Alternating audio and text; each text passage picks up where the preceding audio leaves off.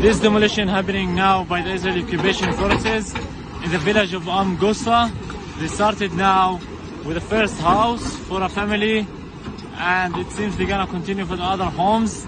There are 3 big bulldozers here in the village participating in the demolition, with the forces who brutally take the family out of their home to begin the demolition.